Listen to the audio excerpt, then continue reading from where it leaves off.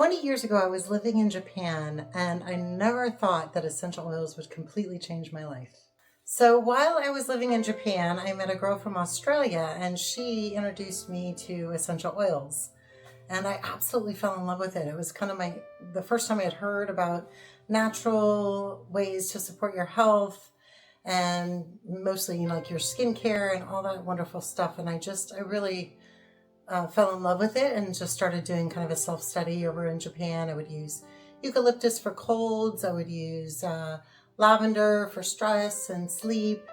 And I also used tagetes, which is a really neat oil for my ballet feet. I was doing some ballet over there and my feet were in a lot of pain, and tagetes was a great oil for that. So after I started using, some simple oils like that for everyday things, I started noticing my skin was really dry a lot, and I was just having trouble finding skincare in Japan that would actually work for my skin, because I have drier skin, and they have oilier skin there, so their skincare just wasn't working with my skin. So then I started getting creative and making my own skincare products, which was a whole lot of fun. And I was amazed at how well my skin looked after making products for myself over there in Japan. And another event that occurred while I was living in Japan was my brother had sent me a book for my birthday. It was like something about the six-figure women, I think was the title of it.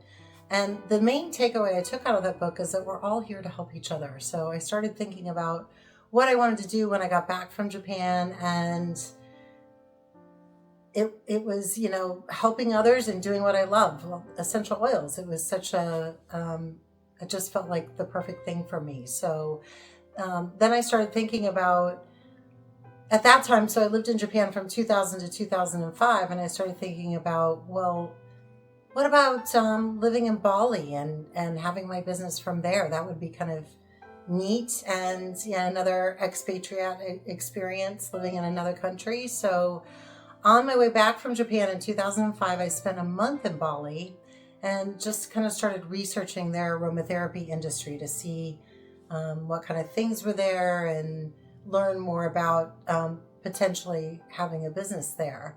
And it was a really beautiful, beautiful experience.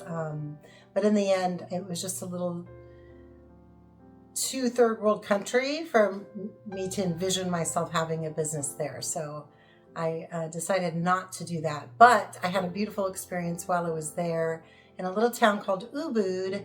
And they have these white herons that flock to trees every night at 6 o'clock. And it's like a nightly thing that occurs, and they're considered eternal sacred spirits. And the name of them in Balinese is Kokokahn. So that is where I chose the name of my business, Kokokahn. So when I came back to the United States, I knew I wanted to start a business. I knew I really wasn't ready to start a business. I felt like there was more education that I needed beyond a self-study. I felt like I really wanted a deeper scientific understanding of the oils, and also needed some business acumen. So I feel very fortunate that I got a assistant spa director job out in Tucson, Arizona. So I spent a couple years out there kind of learning about profit and loss statements and how to manage people and all that good stuff. And then I ended up receiving a position as a spa director here in Florida. So that's how I ended up here. And while I was here, I was searching for a certification program that included, a good scientific foundation of the oils. And lo and behold, there was a school 45 minutes away from me that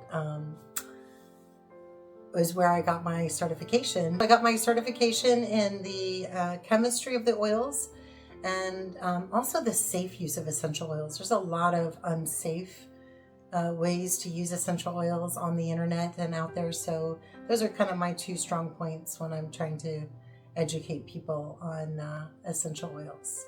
So after getting my certification in the chemistry and the safe use of oils, I really understood the importance of the purity for having a therapeutic experience, whether it's for skincare or our physical health, that the quality of ingredients are just paramount. So in the next video, I'll share with you how Kokokahn officially came to life, and also why the quality of the oils and the quality of the raw materials became non-negotiable for me.